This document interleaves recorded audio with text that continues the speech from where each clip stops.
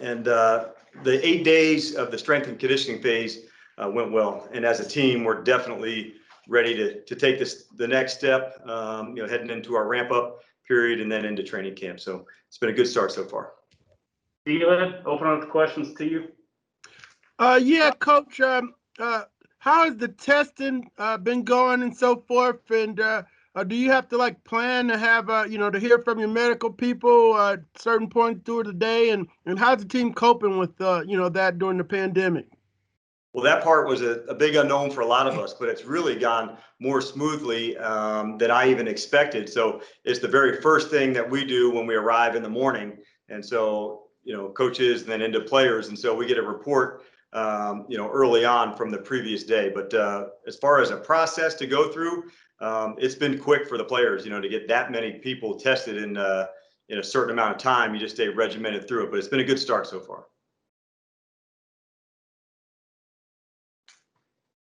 Dylan, you get a second one? Dylan just froze. Vaughn, we'll go to you. Coach, I wanted to ask you about your second-year offensive linemen, McGarry and Lindstrom. Can you talk about your expectations of them this year? Let's start with Lindstrom, and then let's go into McGarry. What you want, what you see as their strengths, what you see they need to work on, etc. Sure. Well, number one, that's usually when you see a big push, in terms of where a player can go to from rookie year into second year. And often that's the case, with linemen, both offensive and defensive linemen. Physically, both are doing well. They both had things they wanted to, work on through the off season.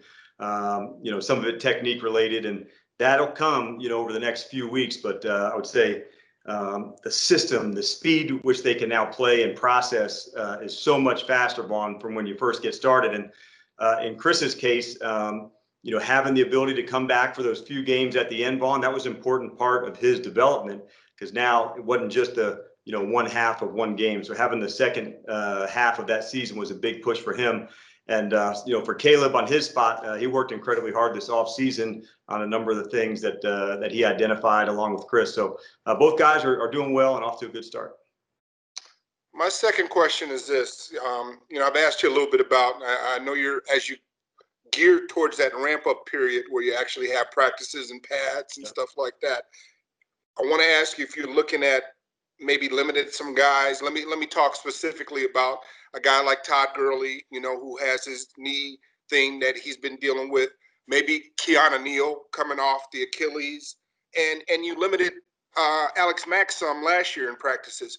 Do you plan to limit those guys throughout the course of training camp, or how are you going to proceed specifically with those three guys?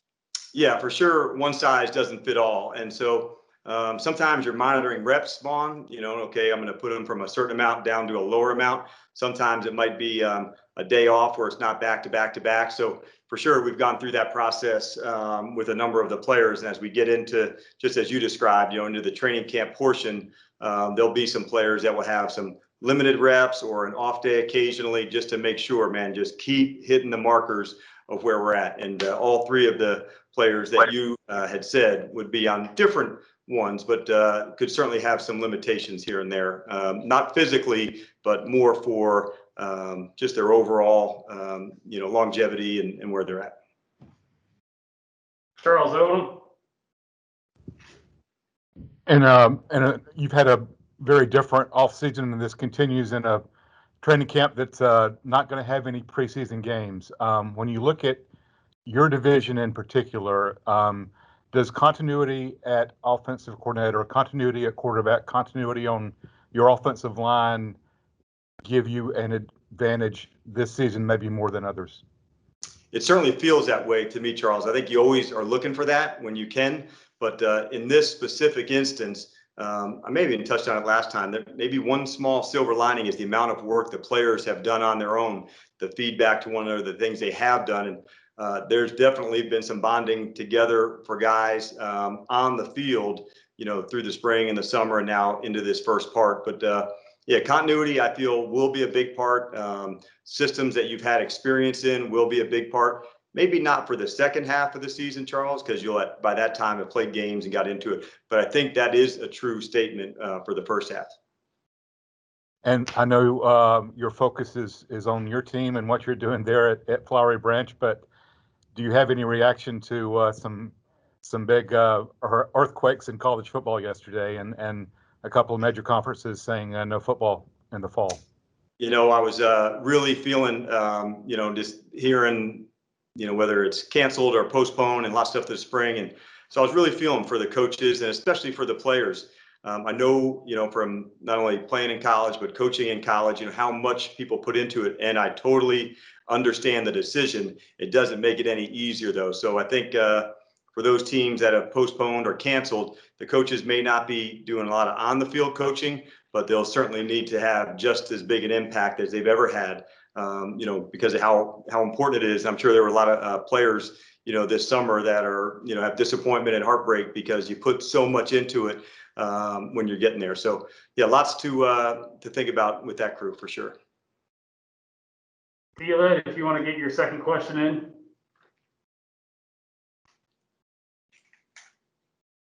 You're muted, Dealed. Dealed, you're muted. My question's been answered. It was about college football. So thanks, Coach. You got it. Tori McElhaney. Yes, thank you. I was trading some emails with a sports neurologist about the challenges that rookies face without minicamp, without the preseason games, without these true live game reps, and how that can change the pace of a rookie's development. From your perspective, looking at it maybe from a 5,000-foot view, what are the most common learning curves you've seen for rookies over the years? Well, number one, I think we've proven there's an advantage to the online learning from a customized sense. In other words, the concepts and the learning, we took a few months into that space. Now, I would say the classroom portion for a number of the people, they got an A. And now onto the field, can we connect those things and process, Tori, the plays at such a pace that you have to go, because physically, obviously, they've worked out and put it in. I think they're in a great space mentally. Now it's the timing, the reactionary quickness, all the things that you need to do on the field. So learning wise, I feel like we're in a good space because right now it's been online or at a controlled pace. But man, once it hits the full speed part of the game, I think that's where we'll really have a good sense of where they're at. But there are things from the virtual side that are here to stay because of some of the good learning that has taken place. I am a believer. And my follow-up to that actually kind of jumps off from Vaughn's question, and I was kind of using Caleb McGarry as a case study for this whole thing. And from your perspective, what was his learning curve early on, and what did you see that changed for him as he got more time with those live game reps through those 16 games last season? Yeah, so Tori, his and Chris were almost opposite, where Caleb missed most of training camp and he came back for the last preseason game to play some plays. And then we just, we kind of baptized by fire, so to speak, where he had to learn some of the lessons on the job. And Chris was able to do the entire training camp, go into the season as a starter, and then the first game he got knocked out. So a little bit different in terms of the learning curve, in terms of how they went about it, but both of them had one. And I think that's natural as a first-year player, whether you're offensive lineman, quarterback, wideout. The speed's different. The attention to detail on the specifics are, such a big factor. So those are the things that the guys are learning. And from a coaching side, it's not one size fits all. And people learn at different spaces and in different ways. So those are things that, in a short time that we're going to try and figure out as fast as we can. Kelsey Conway. Can you hear me? Is my audio working? Thank you. Coach, I wanted to ask you about Dirk Cutter. When you look back at all that he did last season and all the meetings you had with him, what did you like most about what Dirk brought to your coaching staff? And I think it's even, got stronger as we're going in through this off season, Kelsey. We spent a lot of time together in terms of the style and the vision of where we want to go. For years as a play caller, being able to attack in the moment, you see a weakness, you want to go attack it. You want to, create an opportunity, for a player, and he's got tons of experience doing that and certainly showed how to do that. But I've really reached in, and he's provided a lot of great insight on different topics, different things. So, our relationship has grown even stronger, going into year 2. And so continuity, in all 3 phases, that's a big deal for us heading in. But I would say his ability to attack and in game, that's one that you need with experience, and he has it in bunches. And just following up on that, Matt Ryan said he really appreciates how honest Dirk is, how he's very black and white. From your standpoint, how much do you think that can help a player and like the rest of the guys that you have on offense? Well, I think for everybody, you're always looking for accountability, right? You want to make sure, hey, just shoot it to me straight. And I think every ball player wants that. No one wants to be talked around, or you're doing good if you're really not. So, like, one of the things I really do respect about Dirk, very straightforward, very on to the point. And Matt's a lot of that same way. So I can see why that connection, is a good one for the 2 of them. Jason Butt. Hey, Coach. Wanted to ask, you were asked about college football, but how does that affect you guys when it comes to the scouting and all the normal things that you do if you don't have a season for on film for some of those guys? And obviously, I guess there's a potential out there that more conferences could follow suit down the road. Yeah, I don't know that one from the hypotheticals part of it. My first reaction was I was hurting for the guys first, Jace, for the coaches and for the players. I really thought about the players, and they're going to need their coaches' help more than they ever have. And then as far as, what comes next after that, we'll figure that out. Is it springtime or not? And so I just kind of focusing on the here and now with our club, as it factors into that. Mm-hmm. And there's just a broader question with this whole thing. You were a former college coach once. I was just wondering, the players have been asking to be able to unionize, and of course there's the pay for play. Where do you kind of stand on that with people getting or players at the college level getting their market value plus being allowed to unionize? Well, I think number one, a voice, is good. And so having the opportunity to express themselves as a group, that's an important thing, especially, for a young guy who's just, coming up and trying to figure it out. None of us have all the answers, but creating space to have conversations, I think that's a good start for the things that they're deeming important to them. And then on the other side, obviously listening, that's such a big part of it, to say, okay, what are some of the important markers? What's, on your mind, and being able to share those. And so maybe during this time, they'll be able to have some of those conversations, amongst players and, representatives from conference or leagues or athletic directors. So, but having a voice together and expressing those opinions, not easy to do as a young guy. And so, that's finding a way to do that. That's a big deal. Jarvis Davis, 92.9.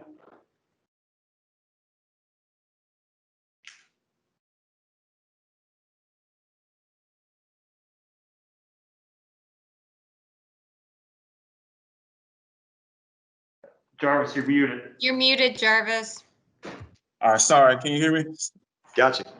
All right, Coach. I just want to ask you about, as far as your level of expectation for LaQuan Treadwell, and probably what's a successful season looks like for him.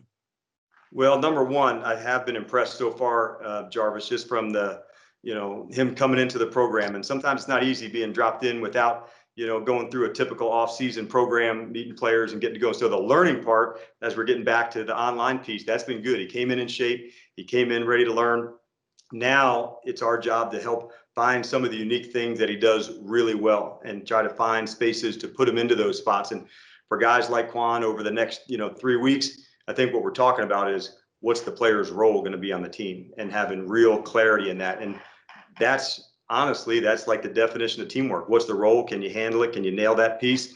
And so that'll be, what the next 3 weeks are about for guys like Quan. What could your role be on this team? And so it'll be an important few weeks for them. And also to kind of continue with the role scenario, Dockhead Denard, is he? Do you see him going forward as an outside guy or inside guy mostly? Well, that, like I said, we'll have a better sense as we go through it. But the nice part about him, he's got experience of doing both. So it's not just where he has to come in and be an outside player or an inside player. And so that's, number one, a good advantage right from the beginning, because there are certain people that, hey, their skills are better suited. They're longer. They don't maybe have the same quickness, or they're, maybe have been in the slot and played that a bunch. So for him, guy who's played 7 years, have experience at both. Much like Quan, let's let it, work itself through over the next few weeks and let it battle out. Sudu, Fox 5. I am good, actually. Okay. Zach Klein. Hey, Coach, as we've seen in colleges, it's kind of like the University of Google and certain conferences. They find experts that fit their narrative of wherever they want to see with the health and safety of their kids. Conferences cancel, then the ACC epidemiologist says, no, we're good.